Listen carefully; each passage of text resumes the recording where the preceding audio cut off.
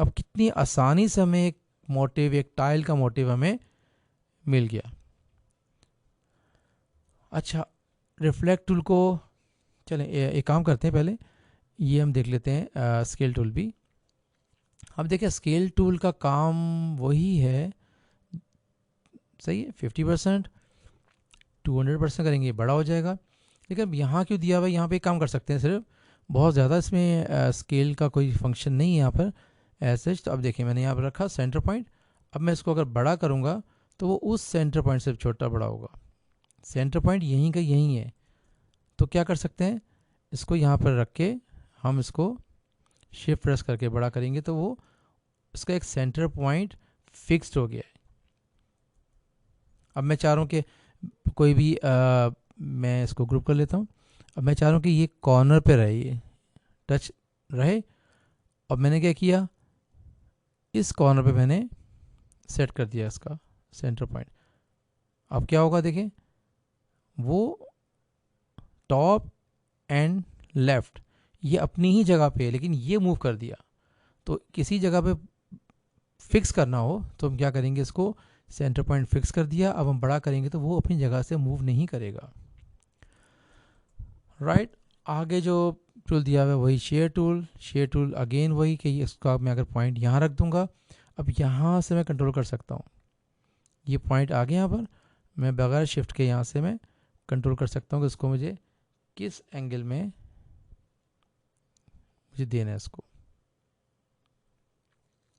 Right.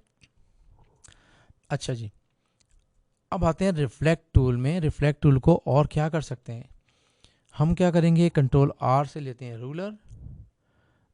Ruler लिया और मैंने इसको सेंटर पॉइंट, मैंने इसको यहाँ एक रूलर ऐड कर लिया। इसको कंट्रोल 2 से लॉक कर दिया इस रूलर को। अब देखें मैंने आपको कराया था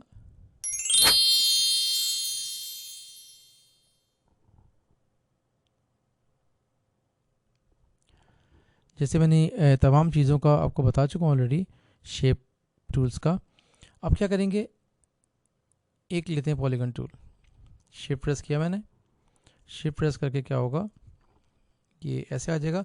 सेंटर लाइन मैंने इसलिए ड्रॉ की है कि मैं जो भी काम करूँगा वो एक तरफ करूँगा। मुझे अब ये बाहर निकल गया, क्या करूँगा मैं इसको, डायरेक्ट सिलेक्शन टूल को मैंने क्या किया, या तो मैं डिलीट कर देता हूँ, राइट।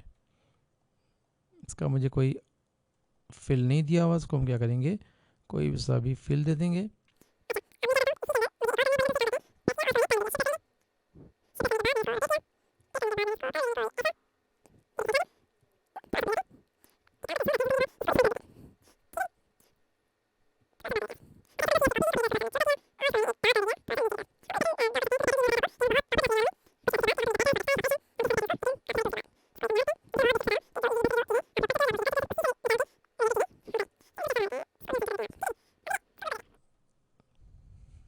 बस एक गुजारा सा कुछ बने।